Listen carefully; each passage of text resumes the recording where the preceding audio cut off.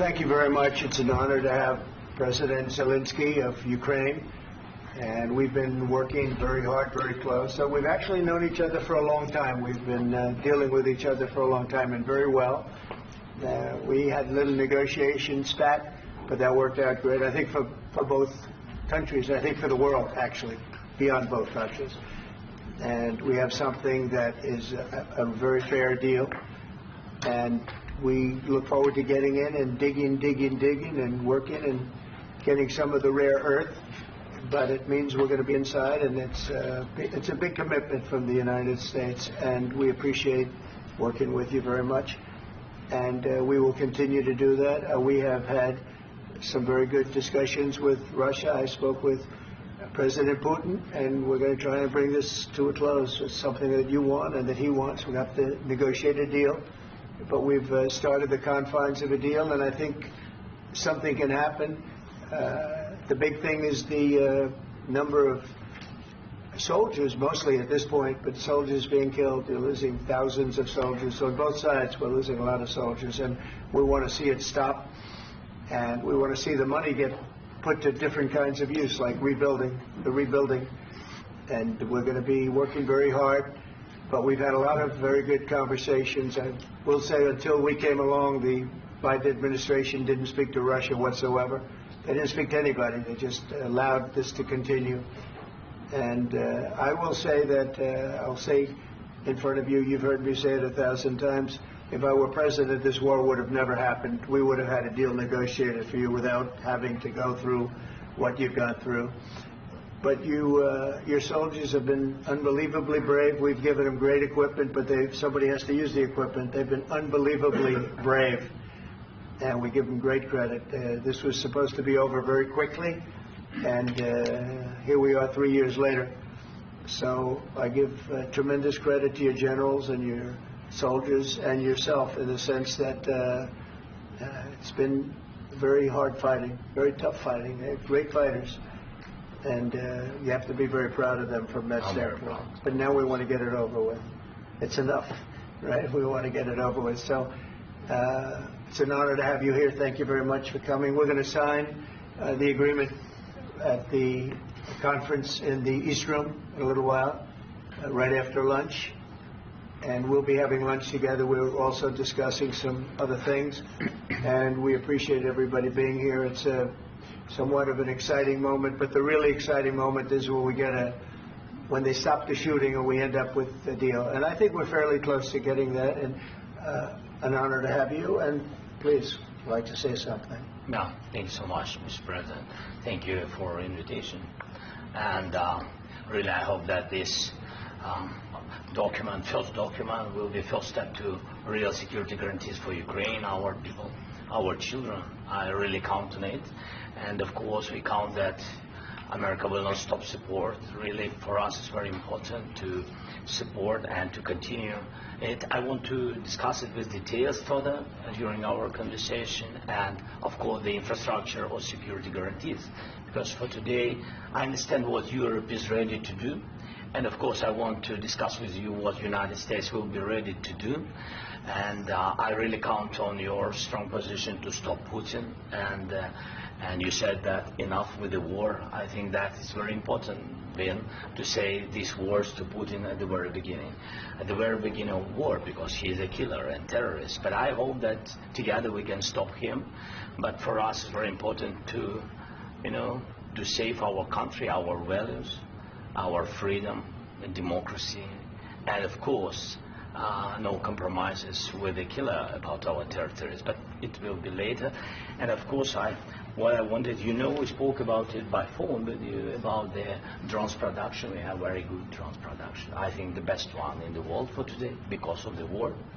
Yes, and of course we need very much the air defense. You have the best air defense in the world, and really you helped us under attacks of Russians. And I want to speak how we can exchange the licenses. We're open to share the licenses of all our drones with you, of course, with the United States. And we need licenses for quick production of air defense. Even after the war, we need our nation to be calm, that we are secure. So that's why we need this air shield. And of course, About this, I want to speak about the contingents. I think that France and UK already spoke to you, and we know that Europe is ready, but without the United States, they will not be ready to be as strong as we need.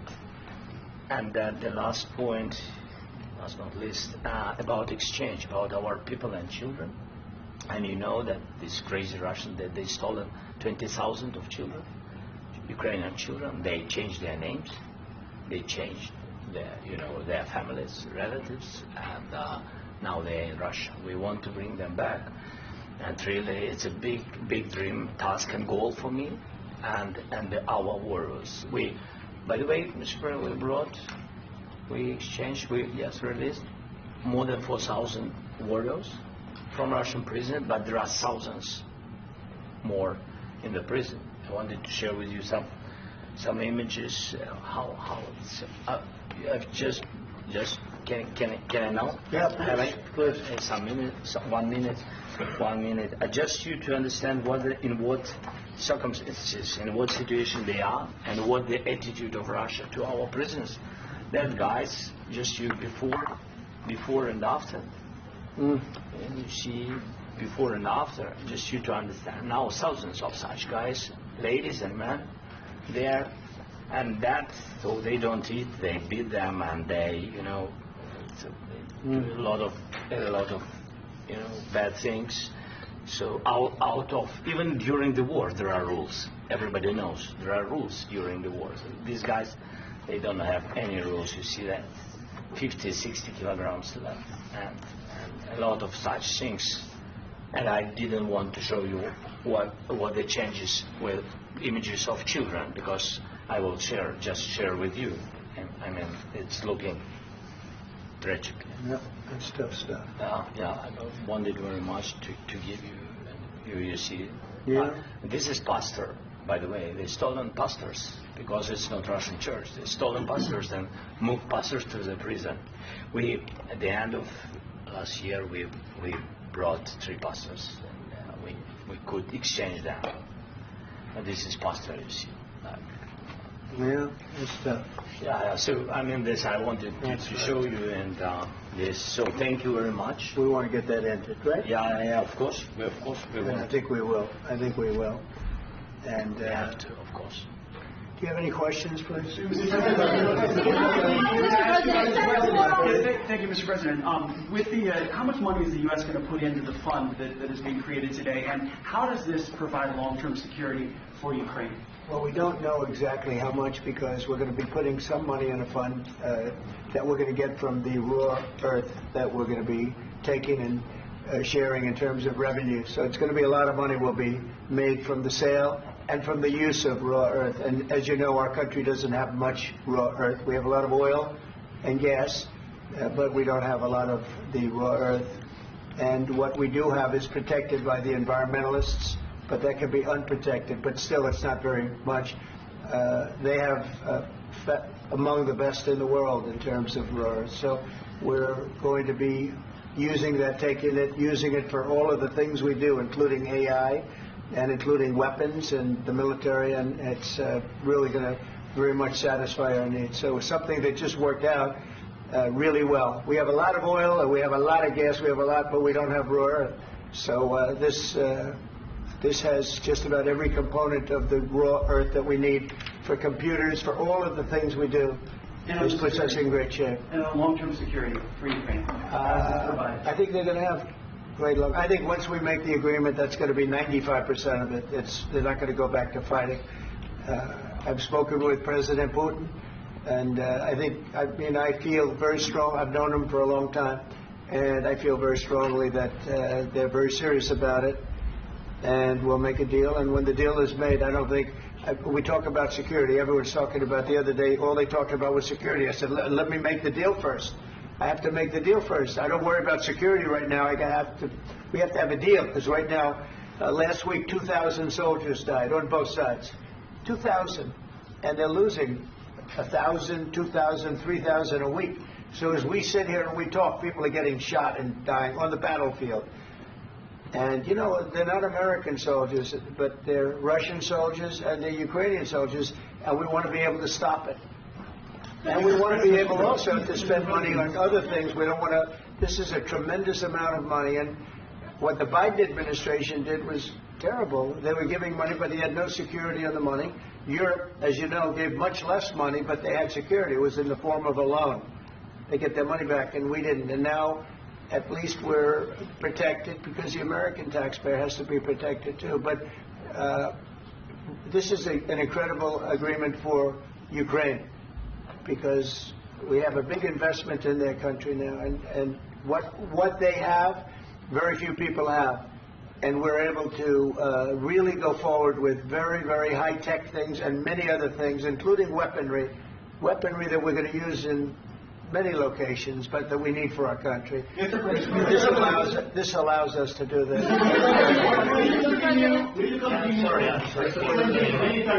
Yes, go ahead, please. If I can just, yes. In the document, there is one of the very important points. If we speak about business and investment, we never had LNG terminals in Ukraine. This document will open. I mean, the next document, but anyway, here we see in the framework, we see a really goodwill for this. LNG terminals for us is very important, and I think for security of European continent. We have the biggest storage, gas storage. We have the biggest in Europe. Yes, yes, and we can use it. Use it for LNG. Use it for LNG, and we will do it. And really, we can help Europe because Europe really helped. President Trump said that they made less support, but they are our friends and they are our very supportive partners. They really gave a lot, Mr. President. They did. They gave a lot, but they gave much less. No. Much less. No. At least no. No. Okay.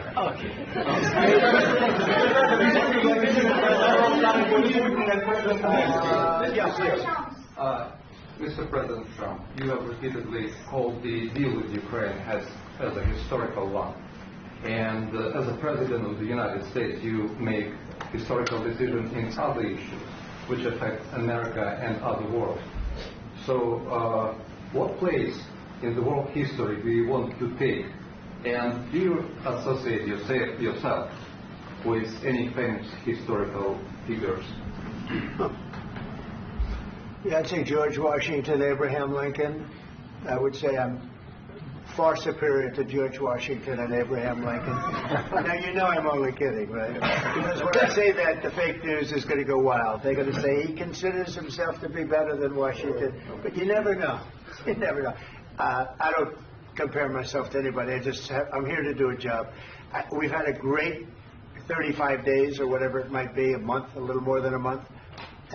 We've accomplished tremendous amounts. Not only this would be a very great achievement if we could get the war stopped and get them back to normalization. I think that's going to happen.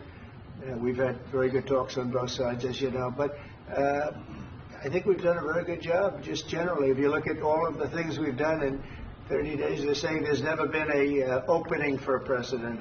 The first month, there's never been a first month like we've had.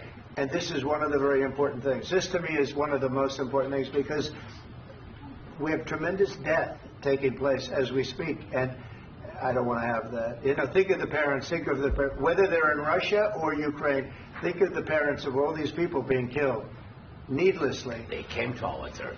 Should have never started. This would have, if I were president, this would have never started. Mr. President, will you continue sending military aid to Ukraine after the U.S. signs this agreement with Ukraine? Yeah, we're going to be continuing. President Zelensky, do you feel like the U.S. is on your side, that the President Trump is on your side at this moment? Right. What do you think? He wants to know, do you think that, sort of a stupid question. I guess we wouldn't be here if I wasn't. I think that the United States on our side from the very beginning of occupation, and I think that President Trump on our side, and of course, I'm sure that the United States President will not stop support. This is crucial for us. It's important for us. Yes. And Putin, the president speaks about the people and the soldiers which are dying, but they came to our territory, they came to our land. They began this war, and they have to stop. And I think this is the question, with really the most important question. Can President Trump, I hope yes, with some other allies, to stop Putin, withdraw these enemies, our enemy, withdraw these troops from our land? And I think that you asked about the history, I think that if President, or when he will stop Putin, if President Trump will bring peace to our country, I think he will be on this wall in time. We've had very, very good talks. Military aid to Ukraine. President Zelensky just said that there will be no compromises with Vladimir Putin. I just wanted to ask both of you. Firstly, are there compromises that you think that President Zelensky is going to have to make? And President Zelensky, is there anything that you might be thinking that you may be able to offer or bring to the table, for example, elections? Thank you. I think you're going to have to always make compromises. You can't do any deals without compromises. So certainly he's going to have to make some compromises, but hopefully they won't be as big as some people think you're going to have to make. That's all. That's all we can do. I'm here as an arbitrator, as a mediator to a certain extent between two parties that have been very hostile. To put it mildly, they've been very hostile. There's been a vicious war. There's been a vicious war.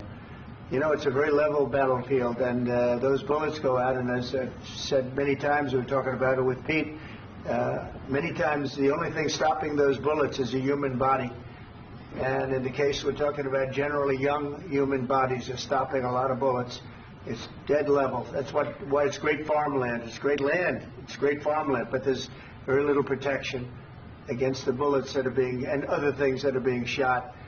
So all I can do is see if I can get everybody at the table and get an agreement. And I think we're going to end up with an agreement. Otherwise, I wouldn't probably be even here today.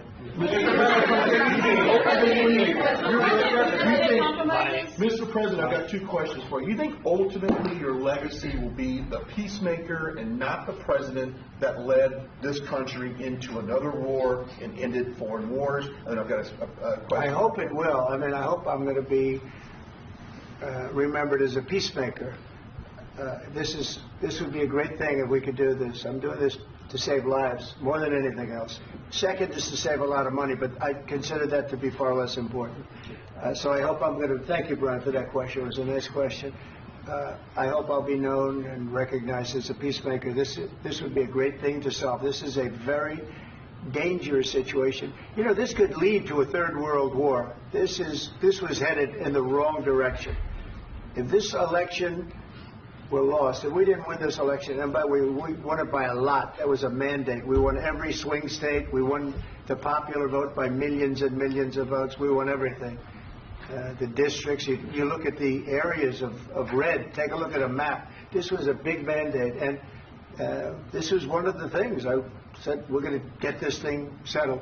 If we didn't win, I think this could have very well ended up in a third world war, and that would not have been a good situation. What was your second question? And my second question for President Zelensky. Why don't you wear a suit?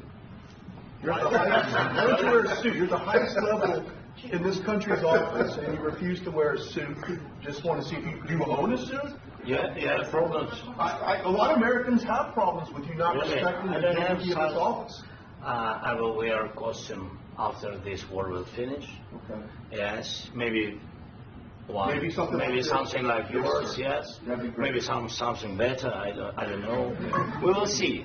Maybe something cheaper than. Yeah. Thank you. Thank you,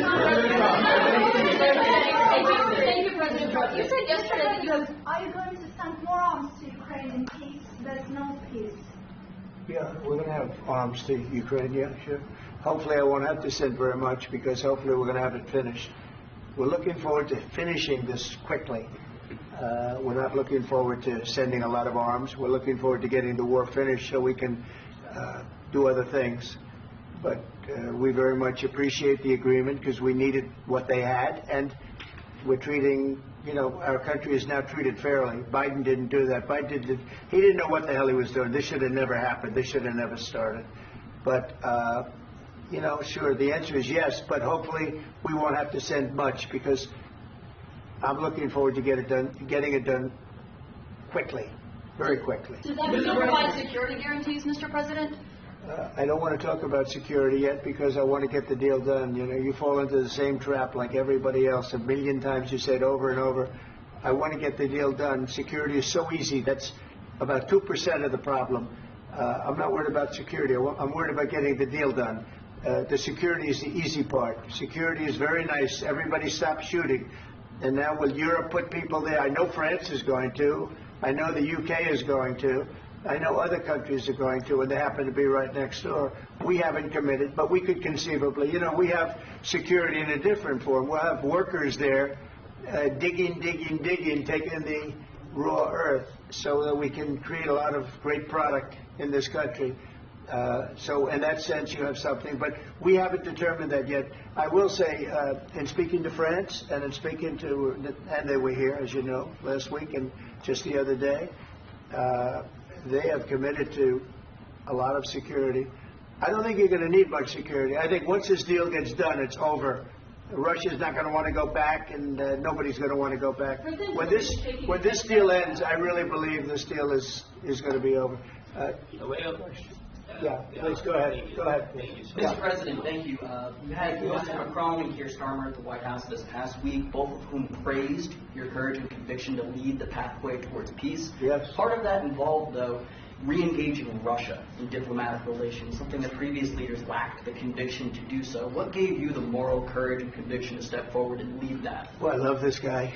Who are you with? One American News, sir. Well, that's why I like him. One American News does a great job. I like the question. I think it's a very good question. It's a pathway to peace. It's a pathway to getting something solved. And I feel that as the head of this country, I have an obligation to do that. Plus, you know, we're very much involved. We got involved. It's too bad we got involved, because there should have been no involvement, because there should have been no war. And there shouldn't have been October 7th. That would have never happened. As you know, Iran was broke. They had no money to give to Hezbollah. They had no money to give to Hamas. They were stone cold broke. And then under Biden, they became rich as hell. They went from no money to $300 billion in a period of 4 years. And they gave a lot of that money away, and you see what happened. And that's a real mess also that we hope to be able to solve. But, no, I appreciate your question very much. I feel I have an obligation to try and do something to stop the death. Mr. President, if I can answer. Yes, if I can answer, sorry. Please. And I do like your clothing, by the way. Yeah, really? Even though I think he's a great guy, by the way. But I don't know if you two like each other, but you know what? I think he's dressed. I like this guy. I think he's dressed beautiful. So I have more serious things than answer on such Yeah, questions. sure, I will answer on more serious That's a good questions if statement. I can. Yes. Yeah, so please, about security guarantees and about just ceasefire. We can't just speak about ceasefire and speak. It will not work. Just ceasefire will never work, because I'm like the president. I have this experience, and not only me. Ukraine before my presidency, from the 2014, Putin broken 25 times.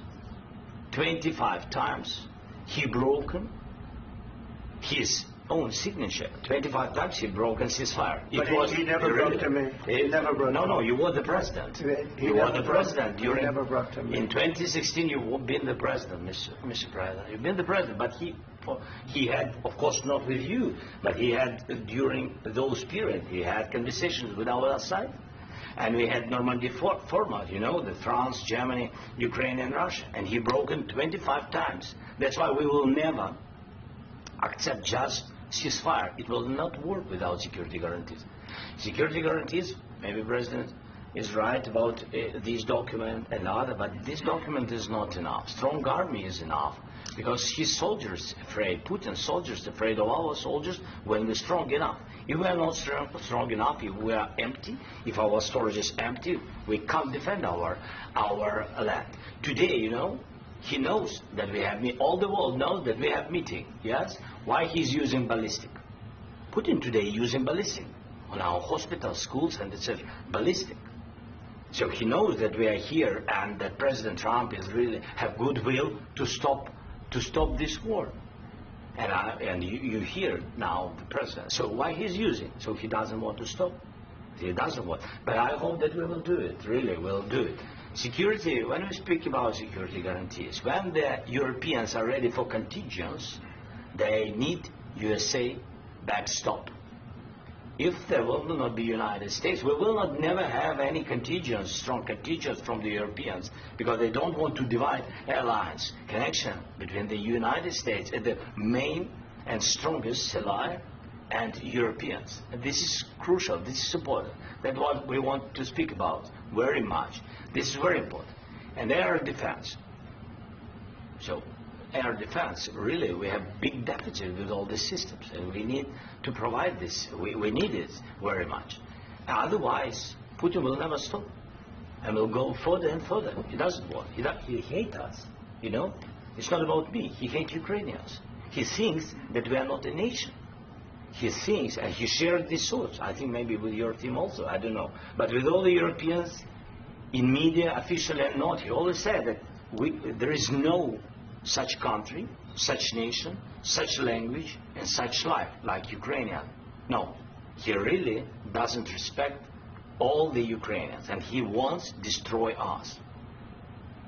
And you are right, Mr. President. That's 2%. This document, maybe other documents, it's a very good start, very good, but it will not enough to stop this person. Should Russia take to rebuild Ukraine? Mr. President, I asked this question. This is the rule of the war. This is the rule of the war.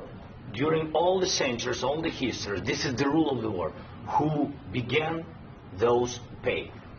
This is the rule. Putin began this war. He has to pay all money for innovation. He has to pay. Of course, some Russian assets, what we have in Europe, about 300 billion, we can use them. We can use for innovation and buy military support from the United States also. We can do it, but it's not enough. It's not enough. I have another question that you didn't because I wouldn't know. Wait 1 second. I asked this question that you didn't like because I wanted to know if you want to position yourself in the middle between Russia and Ukraine, or on the Ukraine side. No, I'm in the middle. I want to solve this thing. I'm for both. I want to get it solved. And it's wonderful to speak badly about somebody else, but I want to get it solved. If we can solve it, great. If we can't solve it, they're going to have to fight it out, and who knows what's going to happen. But I want to see it get solved. May I follow up with one more question about U.S. troops in Europe? After Russian invasion of Ukraine, your predecessor sent additional troops to Eastern Europe, including Poland, my country. Are you committed to keeping these troops on the eastern flank of NATO in the future? I'm very committed to Poland. I think Poland has really stepped up and done a great job for NATO. As you know, they paid more than they had to. They are one of the finest groups of people I've ever known. I'm very committed to Poland. What about the Baltics? Poland's in a tough neighborhood, you know. What about the Baltics? The Baltics, they got a lot of, it's a tough neighborhood too. But we're committed. We're going to be very committed, and we're committed to NATO. But NATO has to step up, and the Europeans have to step up more than they have. And I want to see them equalize, because they are in for far less than we're in. And they should be at least equal. You understand that? Why is the United States, we have an ocean in between. Why is the United States in for so much more money and other things as Europe? With that being said, as you said, they've also been obviously very helpful. But we have put in far more than they have. And I think they should equalize. Mr. President, Please, go ahead. about the agreement again today, what changed between the first time that Secretary Bessent gave President Zelensky the agreement and today for the signing? We made a deal. I'm a business person. We made a deal. That's what changed. I didn't think we were going to make a deal. And we ended up making the deal, so that changed. Mr. President, what and how do you envision a trilateral summit with President Zelensky and Putin. I don't know, but These well, they circumstances- don't like each other. I can tell you that. They do not like each other. This is not a love match, and it's unfortunate. That's why you're in this situation. The United States should not have allowed this to happen. Okay? The United States, run by a man that didn't know much, I'm going to be very nice, run by an incompetent person, very incompetent person, should never have allowed this to happen. I've stopped wars. I've stopped many wars. Like people will tell you, I stopped wars that nobody ever heard about. I stopped wars before they ever started. You can look at some of, I could give you a lot of nations that would tell you right now they were probably going to war. I could tell you right now there's a nation thinking about going to war on something that nobody in this room has ever even heard about. Two smaller nations, but big, still big. And I think I've stopped it. But this should have never happened. Sorry, just a second. About any negotiations. First of all, I want really to tell you, and I think that everybody understands that Ukraine, more than Ukrainians, nobody wants to stop this war. But at the future, any negotiations, it's understandable that two sides of the war, not Russia and the United States, because this is not the war between Russia and the United States. This is war of Russia against Ukraine and Ukrainian people. So these two sides will be at the will be at the negotiation table. Then of course United States, like the strongest partner of the Ukraine, and of course Europe. I think Europe is very important. I want to speak about it with the President. Yes, Europe is very important for us because we really defend Europe for today. All Europeans really recognize that we are defending line and they have real life and our people are dying. That's why they helped us. And also it's about the NATO. Yes, between, like the President said, you have big, nice ocean. Yes, between us. But if we will not stay, Russia will go further to Baltics and to Poland, by the way. But first to the Baltics. It's understandable for them because they've been in the USSR. You know, they've been one of the republics of the USSR, and Putin wants to bring them back to his empire. It's a fact. And when he will go there, if we will not stay, you will fight. Your American soldiers, it doesn't matter, do you have ocean or not, your soldiers will fight. Mr. President, would you be willing to visit Ukraine, maybe Kyiv or Odessa, which is known to be a 30-year-old Black Sea? It was my question. I'm sorry. I don't want to talk about Odessa now. Let's not talk about Odessa. I want to talk about making a deal, getting peace. We don't have to talk about Odessa, but a lot of cities have been destroyed. A lot of cities that are not recognizable. There's not a building standing. No. And a lot of things. Mr. President, you have to come and to look. No. We have very good cities. Yes, a lot of things have been destroyed, but mostly cities alive, and people work, and children go to school. Sometimes it's very difficult. Sometimes closer to front line, children have to go to underground schools or online. But we live. Ukraine is fighting, and Ukraine lives. This is very important. And maybe it's Putin is sharing this information that he destroyed us. Well, he lost 700,000 people, 700,000 soldiers. He lost everything. Yes. So. Mr. President, one more. I know Please, go ahead. When did you last speak with President Putin? And what did he say? A couple of days ago. And what did he tell you that gave you the assurance that he wanted peace? Well, that's what I do. My whole life is deals. I know pretty good. And I've known him for a long time. I've dealt with him for a long time. He had to suffer through the Russia hoax. You know, Russia was a hoax. It was all Biden. It was nothing to do with him.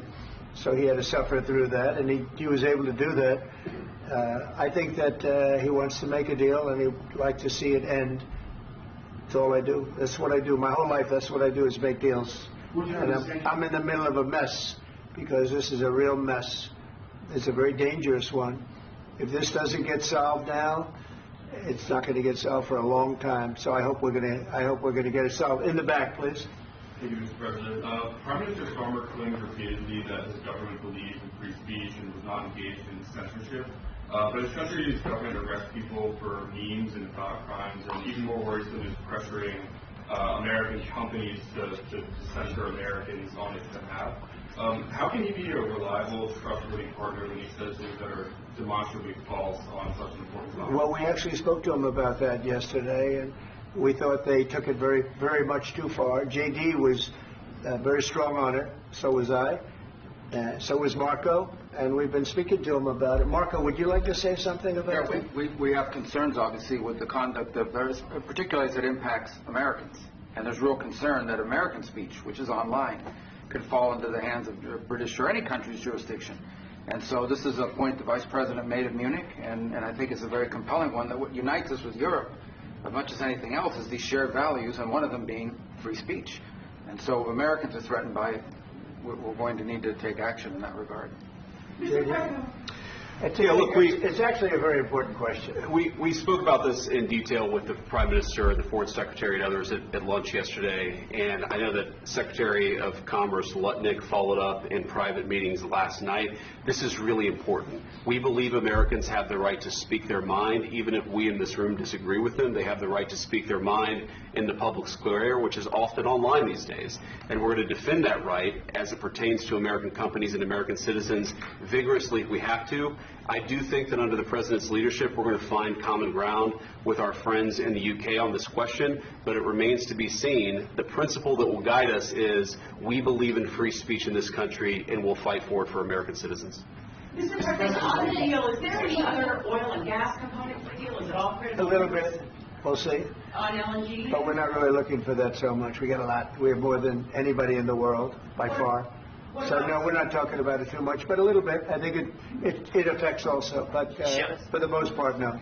And, sir, is there any agreement from Ukraine to purchase U.S. LNG as part of the deal, or is that on the table at all? No, we don't need that. Mr. President, I just wanted to ask you about, you just mentioned that you've spoken to Vladimir Putin a couple of days ago. Just to be clear, that's a new call, not the one that you... I've spoken to him on numerous occasions. Okay. And how was the latest call? What did you discuss? How did it go? Are you serious with that question?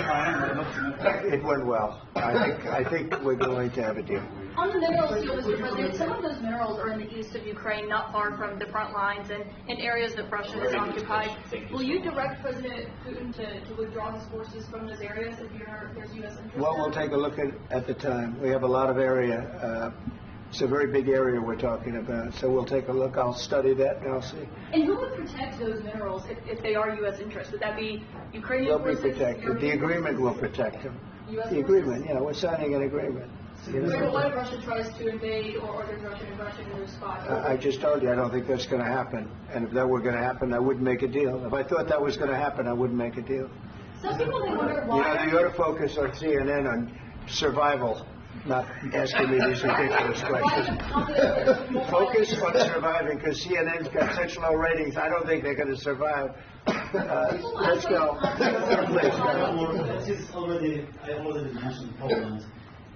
Poland was under Russian control for decades after the Second World War.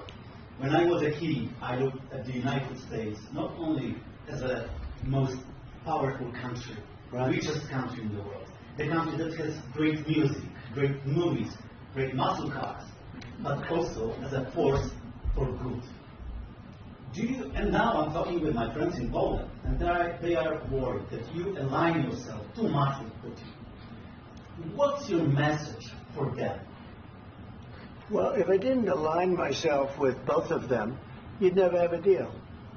You want me to say really terrible things about Putin and then say, "Hi, Vladimir, how are we doing on the deal?" It doesn't work that way. I'm not aligned with Putin. I'm not aligned with anybody. I'm aligned with the United States of America and for the good of the world. I'm aligned with the world, and I want to get this thing over with. You see the hatred he's got for Putin. It's very tough for me to make a deal with that kind of hate. He's got tremendous hatred, and I understand that, but I can tell you the other side isn't exactly in love with, him either. So it's not a question of alignment. I'm aligned with the world. I want to get the thing set. I'm aligned with Europe.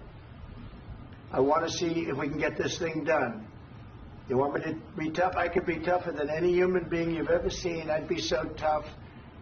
But you're never going to get a deal that way, so that's the way it goes. All right, one more question. Hey, I will respond to this. So look, for 4 years in the United States of America, we had a president who stood up at press conferences and talked tough about Vladimir Putin, and then Putin invaded Ukraine and destroyed a significant chunk of the country.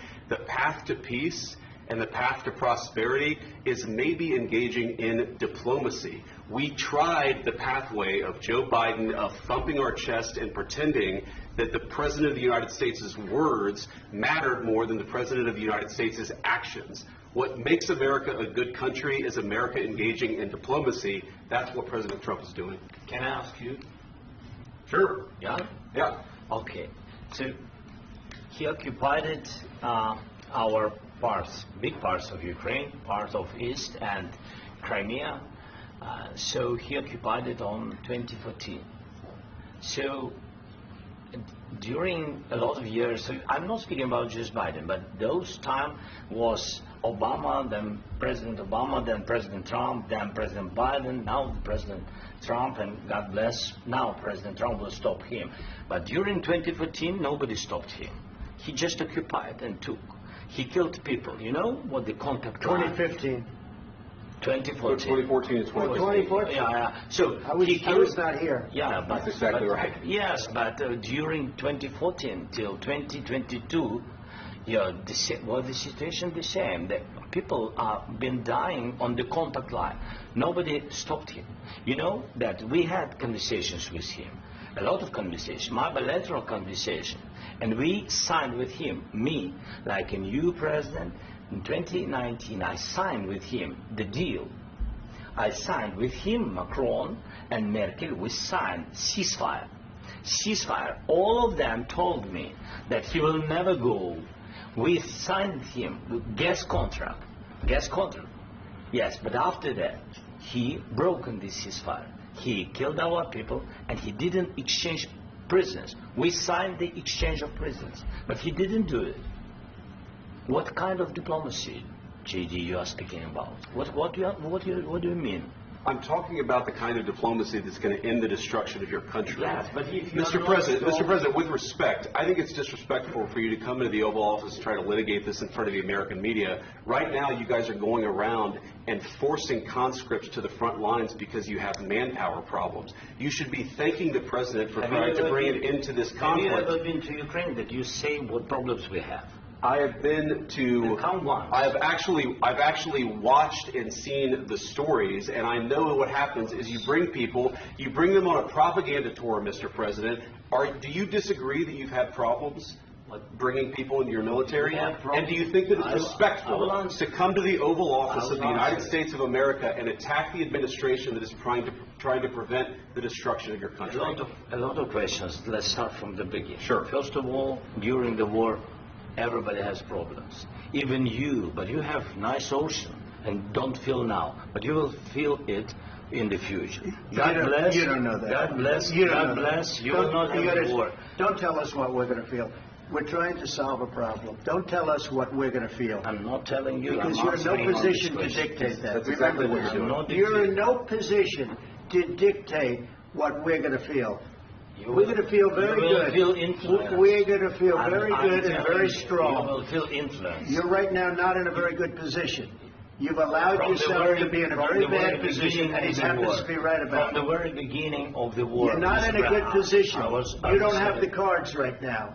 With us, you start having cards. Right now, you're playing cards. You're playing cards. You're gambling with the lives of millions of people. You're gambling with World War III. You're gambling with World War III.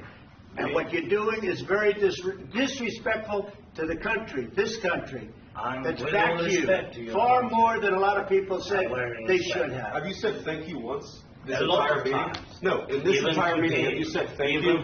You went to Pennsylvania and campaigned for the opposition in October. Offer some words of appreciation for the United States of America and the president who's trying to save your country. Please, you think that if you will speak very loudly about the war, you can... He's not speaking loudly. He's not speaking loudly. Your country's in big trouble. Can I Wait a minute. No. You've done a lot of talking. Your country is in big trouble. I know. You're not winning. I know. You're not winning this.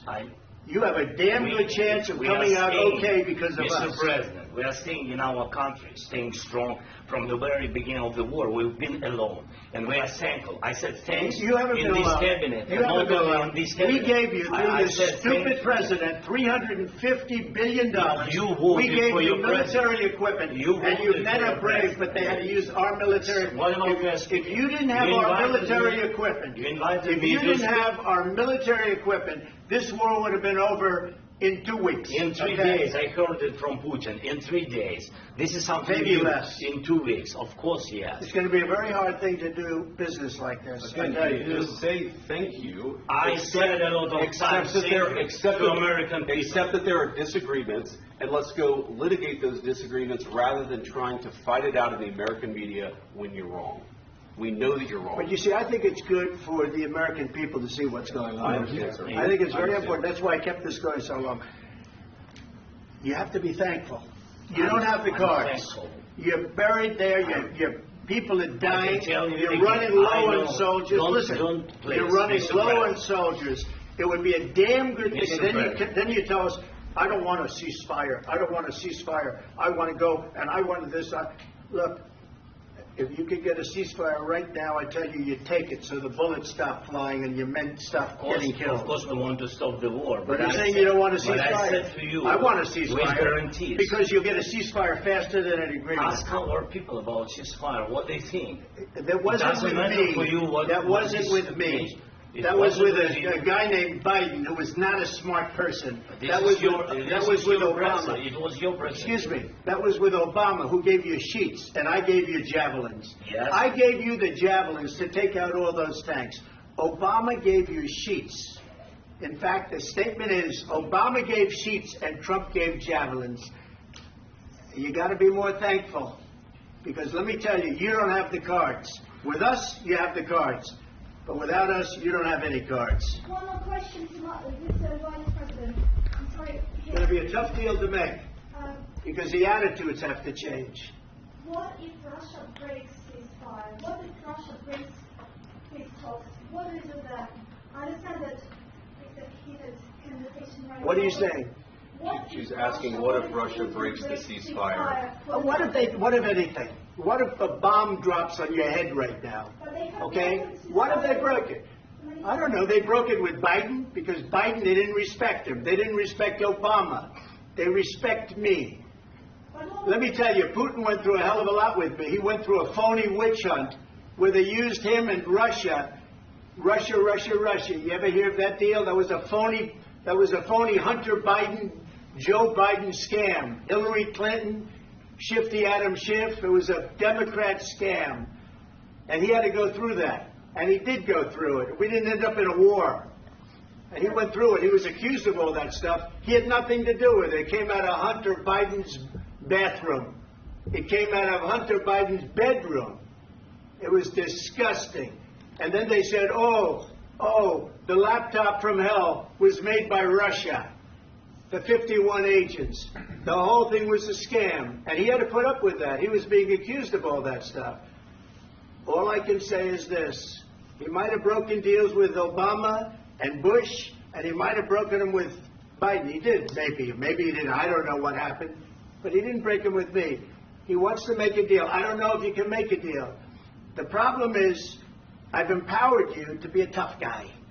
And I don't think you'd be a tough guy without the United States. I mean, your people are very brave. But you're either going to make a deal or we're out. And if we're out, you'll fight it out. I don't think it's going to be pretty, but you'll fight it out. But you don't have the cards. But once we sign that deal, you're in a much better position. But you're not acting at all thankful. And that's not a nice thing. I'll be honest, that's not a nice thing.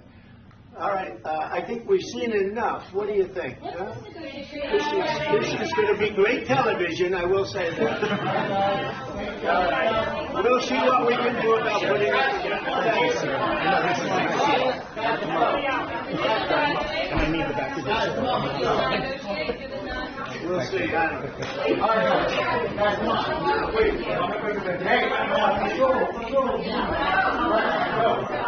Guys, come on.